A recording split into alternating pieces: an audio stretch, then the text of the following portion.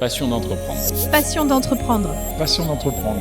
Passion d'entreprendre. Salut tout le monde. Dans ce nouvel épisode de Passion d'entreprendre, on rencontre Damien qui est le dirigeant de l'établissement La Pimpine du côté de Lignan de Bordeaux. Il nous parle de ses expériences à l'étranger, de la remise en question, de son parcours avec le gros challenge de retourner à 32 ans sur les bancs de l'école pour se former en tant que cuisinier pour ensuite créer son premier restaurant. Le podcast sera en 2 parties. Sur la deuxième partie, qui sera dans un nouvel épisode, il nous racontera sa vision de l'entrepreneuriat et la gestion du personnel, entre autres. Merci d'écouter Passion d'entreprendre. On y parle de tous les sujets qui concernent les entrepreneurs de la Nouvelle-Aquitaine qui nous racontent leur parcours. Comme vous le savez, mon objectif il est toujours de rencontrer en face à face des gens investis et passionnés. Si vous appréciez Passion d'entreprendre, vous me le faites savoir en laissant un avis et en mettant 5 étoiles sur votre plateforme d'écoute préférée. Merci d'avance. Aujourd'hui, je me trouve du côté de Lignan. Salut Damien. Salut Sébastien. Très heureux, tu m'accueilles dans ton nouvel établissement, La Pimpine. Absolument. Tu vas nous raconter ton parcours. On va parler de La Pimpine, on va voir ce qui se passe ici à Lignan parce que c'est un petit village en banlieue bordelaise et il se passe pas mal de choses, donc ça fait plutôt plaisir. Ma première question, comment toi t'es venu l'envie d'entreprendre ? Vaste question. Alors vaste question. Bon, déjà c'est pas ma première entreprise. J'ai commencé dans le métier de la restauration. Alors la restauration au sens large, restauration, bar, club. Après 25 ans. Je me suis très vite, à 20 ans, exporté en Asie, notamment à Shanghai, où on a ouvert des bars, des clubs, des restaurants. Donc on s'occupait de mettre tout en place, de la formation, de mettre en place les cartes, les menus, gérer le personnel. On avait plusieurs établissements à gérer. On n'était pas propriétaires, c'était des propriétaires taïwanais qui voulaient, des producteurs de chaussures, qui voulaient diversifier leur business en faisant venir des Français. Parce que toi, dans l'histoire, en fin de compte, tu as fait une formation, tu as fait le lycée hôtelier et tout ça ou pas du tout ? Pas du tout. Moi, à la base, j'ai fait des études de commerce. D'accord. Et pendant que je faisais mes études, j'ai commencé à travailler dans des bars comme serveur et barman. Et pendant mes études, ma dernière année d'études de commerce à Paris, j'ai travaillé dans des bars où j'ai rencontré des professionnels du bar qui revenaient de Las Vegas et qui m'ont transmis la passion du cocktail, de la mixologie, du flair. Et là, je me suis mis à fond là-dedans. Et au bout de 6 mois, j'attaquais à faire des compétitions et je finissais 3e au championnat de France au bout de 6 mois. Et l'année d'après, pareil, championnat de France, championnat d'Europe. Je remportais des concours et j'étais complètement passionné. Et très vite, j'ai eu des propositions du coup, pour travailler dans des beaux établissements sur Paris. Ensuite, je suis descendu sur Montpellier. Et ensuite, là, on s'est fait débaucher pour partir ouvrir des établissements en Chine. Et quand tu es parti en Chine, tu avais vraiment l'envie de t'y installer, de créer, ou tu dis tiens, ça va être juste une étape, je vais voir ce qui se passe, je suis jeune, et puis après je reviendrai en France avec mon bagage que j'ai appris pour pouvoir peut-être développer des business perso, ou c'était trop loin pour toi, c'est vraiment je pars faire une aventure? Pas du tout, en fait on a eu vraiment cette proposition. À la base on avait des contrats de 6 mois pour partir là-bas, monter le truc, former le personnel et ensuite que ça roule. Sauf qu'on est un peu tombé au bon endroit au bon moment, à la bonne période. On est arrivé à Shanghai en 2004, donc on était 4 ans avant les Jeux Olympiques de 2008 et 6 ans avant la grande expo universelle de Shanghai en 2010. Et donc on était dans une période où la Chine faisait venir beaucoup de Français dans différentes industries, beaucoup de savoir-faire, que ce soit l'automobile, la grande distribution. Tu vois, il y avait Peugeot, Auchan, Decathlon. Il y avait beaucoup d'entreprises françaises qui étaient présentes. On était 15 000 Français à un moment donné à vivre à Shanghai, qui est déjà une ville ultra cosmopolite à la base. Il y a une grosse communauté d'Italiens, d'Allemands, d'Américains, de Japonais, de gens qui venaient un petit peu à travers le monde. Et on était une grosse communauté surtout à venir du métier de la restauration, que ce soit de différents pays, de différents savoir-faire pour amener justement ce savoir-faire. Et il y a eu un tel engouement que finalement, et une telle dépendance aussi à notre savoir-faire, parce que nous, ce qu'on amenait, cette créativité, cette folie, cette extravagance un petit peu à la française, En Chine, là-bas, ils ont été, vu qu'ils ont été bridés pendant des dizaines d'années, et ils ont mis du temps à acquérir un petit peu ça, et du coup, on était indispensable, et du coup, on est resté là-bas, et on a eu d'autres sur place, d'autres opportunités encore plus incroyables.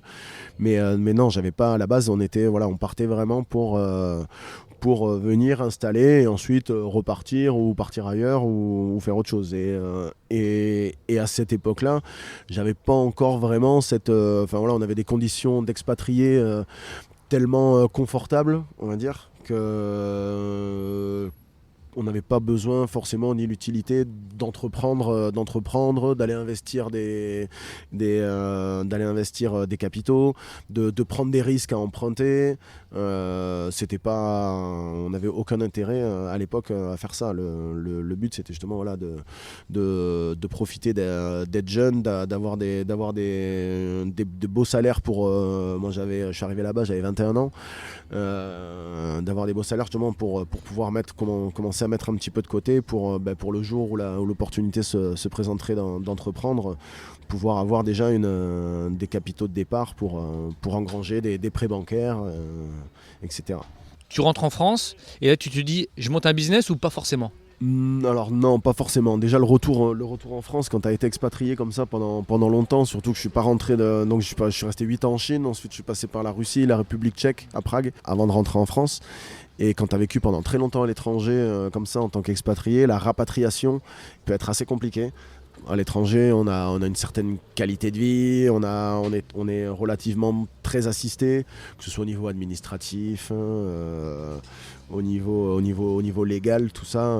Moi, j'ai pas payé d'impôts, j'ai pas rempli un papier, ni fait de déclaration, de carte vitale, de trucs. J'ai rien fait pendant plus de 10 ans. Et quand tu rentres en France, tu as une lourdeur administrative, même avant d'entreprendre, qui est déjà très très lourde. Et la rapatriation et la réintégration dans le système français peut être très très compliqué. Donc ça c'est un vrai point à soulever, c'est qu'à l'étranger, toute l'administration c'est vraiment, on va dire, c'est facilité. Tout est simple, tout est fluide. Il y a des sociétés spécialisées ou des départements dans les boîtes qui s'occupent de tout ça pour leurs salariés.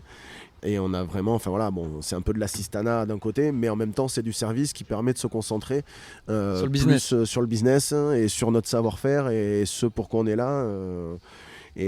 Quand on travaille beaucoup et qu'on passe de nombreuses heures à bosser. Cet accompagnement est plus que nécessaire et ça aide vraiment à focus sur et être efficace sur le business. Alors qu'en France, le moindre petit pas est compliqué, fastidieux, tout prend du temps et même avant l'entrepreneuriat. Et alors je l'ai vu dès que j'ai commencé à entreprendre, dès que tu commences à entreprendre, que ce soit même dans un restaurant simple, mon premier restaurant, ou ici où on a un restaurant, bar, licence 4, tabac, Française des Jeux, PMU, alors là ça devient un chemin du parcours du combattant. Et justement, faut peut-être aussi, c'est important peut-être de dire, faut bien s'entourer.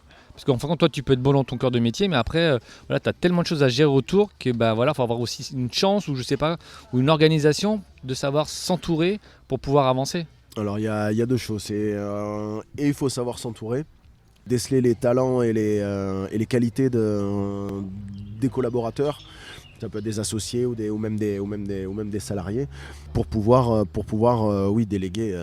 déléguer certaines tâches.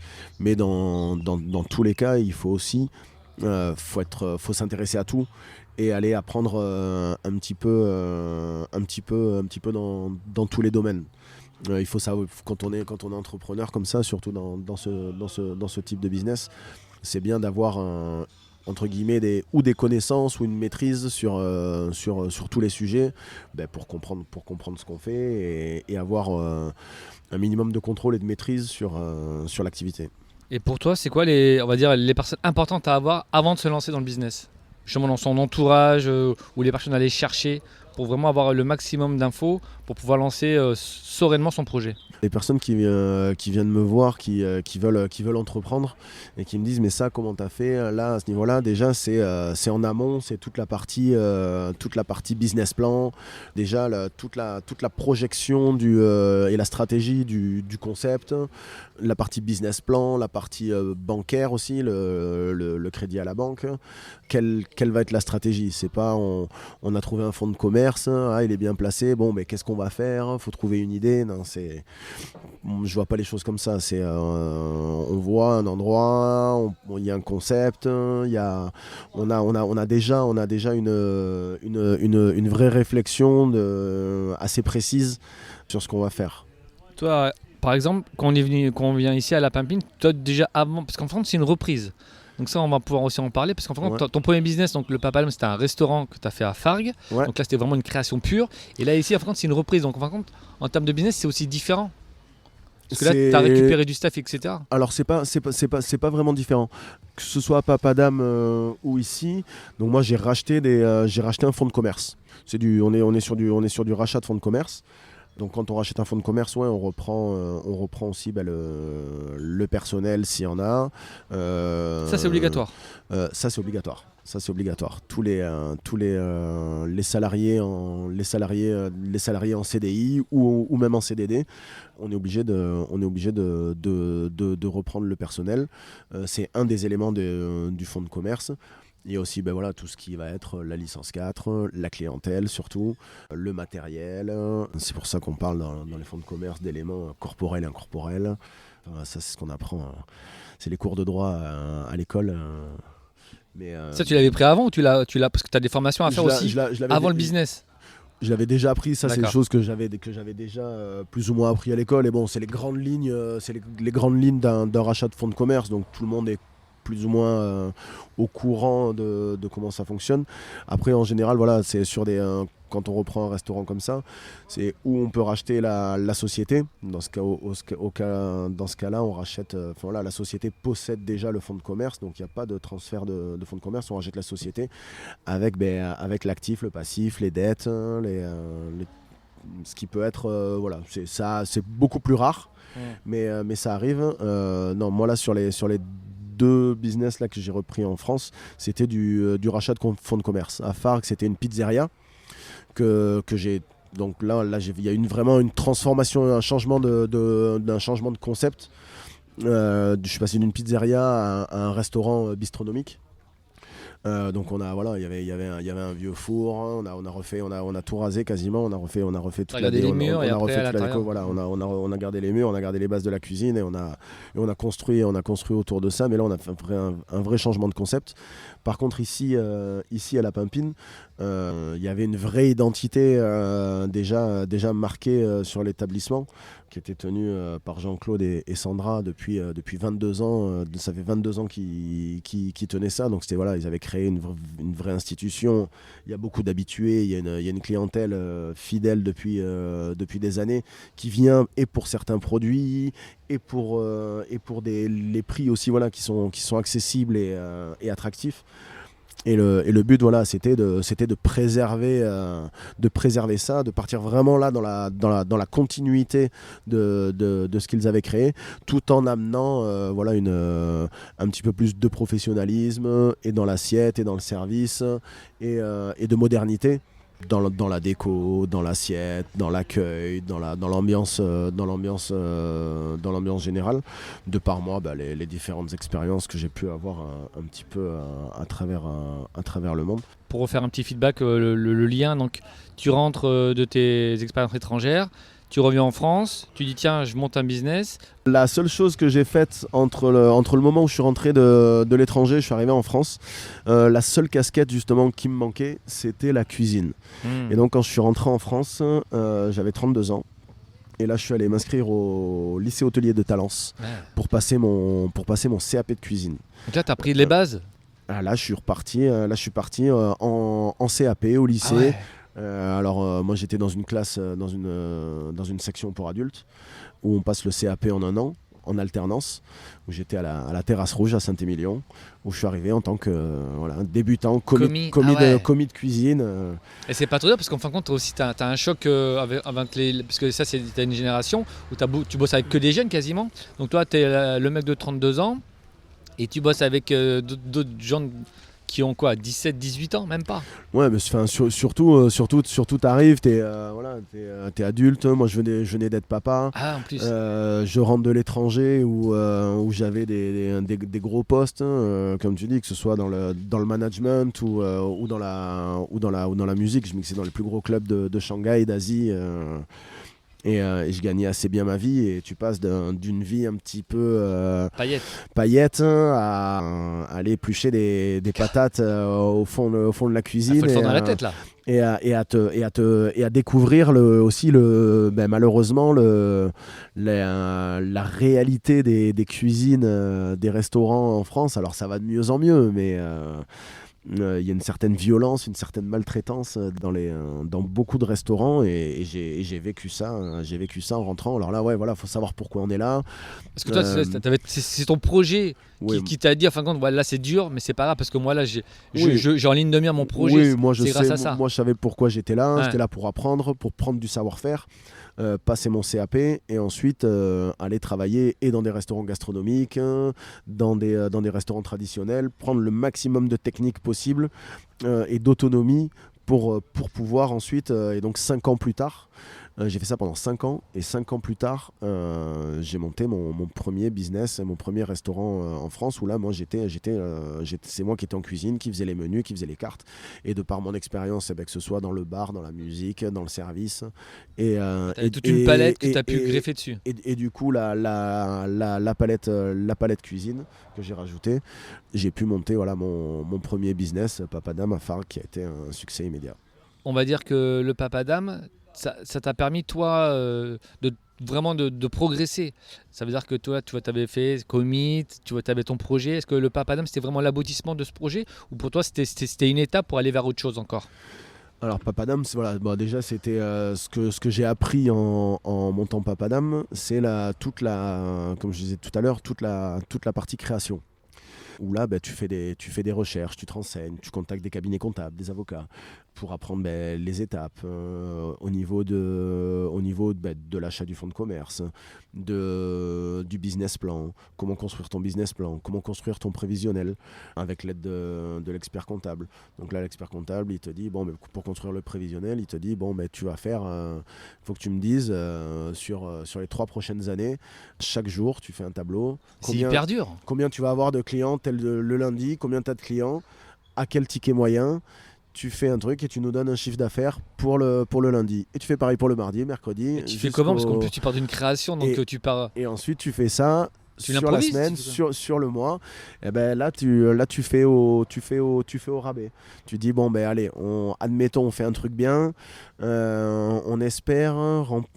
En n'étant pas trop optimiste, est-ce qu'on va faire, on va essayer de tabler sur 25 couverts, un ticket moyen de 22 € le midi, et on espère faire 20 couverts le soir à un ticket moyen de 35-40 € pour le dîner. Et là tu multiplies le tout ensuite par 52 semaines, en essayant de respecter un petit peu une certaine saisonnalité, entre hiver, quand tu as la terrasse, quand tu n'as pas la terrasse. C'est vraiment très subjectif, et c'est une grosse projection. Et ensuite, tu te dis, la deuxième année, normalement, on devrait être déjà un peu plus connu, donc on devrait avoir un petit peu plus de monde si on ne s'est pas planté. Et la troisième année, pareil. Et là, tu fais une projection comme ça, pour être sûr que tu vas pouvoir payer ton loyer, payer tes salariés, rembourser ton prêt bancaire surtout. Et voilà, il y a une prise de... Contrairement à ce que je disais tout à l'heure, ce que j'ai pu faire sur Shanghai quand t'es salarié ou consultant, là c'est toi qui mets tes propres deniers, et qui t'endette à la banque, et tous les mois il faut rembourser le prêt. Et la question aussi, c'est que toi, à chaque fois, dans tous tes établissements, tu as eu du staff. C'est vrai que des fois, il y en a qui font un business, ils sont tout seuls, ou allez, ils sont deux. Toi, tu as Ouais. toujours quand même des petites équipes de 7-8 personnes. Alors dans mon premier restaurant, à Papadam, on était 7 quand même. Ah. Donc on était ouvert 6 jours sur 7, 3 soirs par semaine. Donc on essayait d'avoir un rythme relativement équilibré pour les salariés. Parce que sinon maintenant, tu sais, si tu as un rythme trop élevé en cuisine avec des coupures dans tous les sens, les mecs qui bossent le matin, le midi, le soir, tout le temps, les équipes, tu les tues, toi tu te tues aussi. Et après tu les gardes pas. Donc tu as un turnover de malade. Et au final, tu te retrouves à devoir reformer tout le temps. Ça te coûte, le turnover coûte un coût aussi, parce qu'à chaque fois, tu dois payer et les congés payés, les indemnités de fin de contrat, tout ça. Donc bon, le but, c'est de garder un rythme assez acceptable. Et ici, on est en pleine saison. Là, on est à 20 salariés. Ah ouais. Maintenant.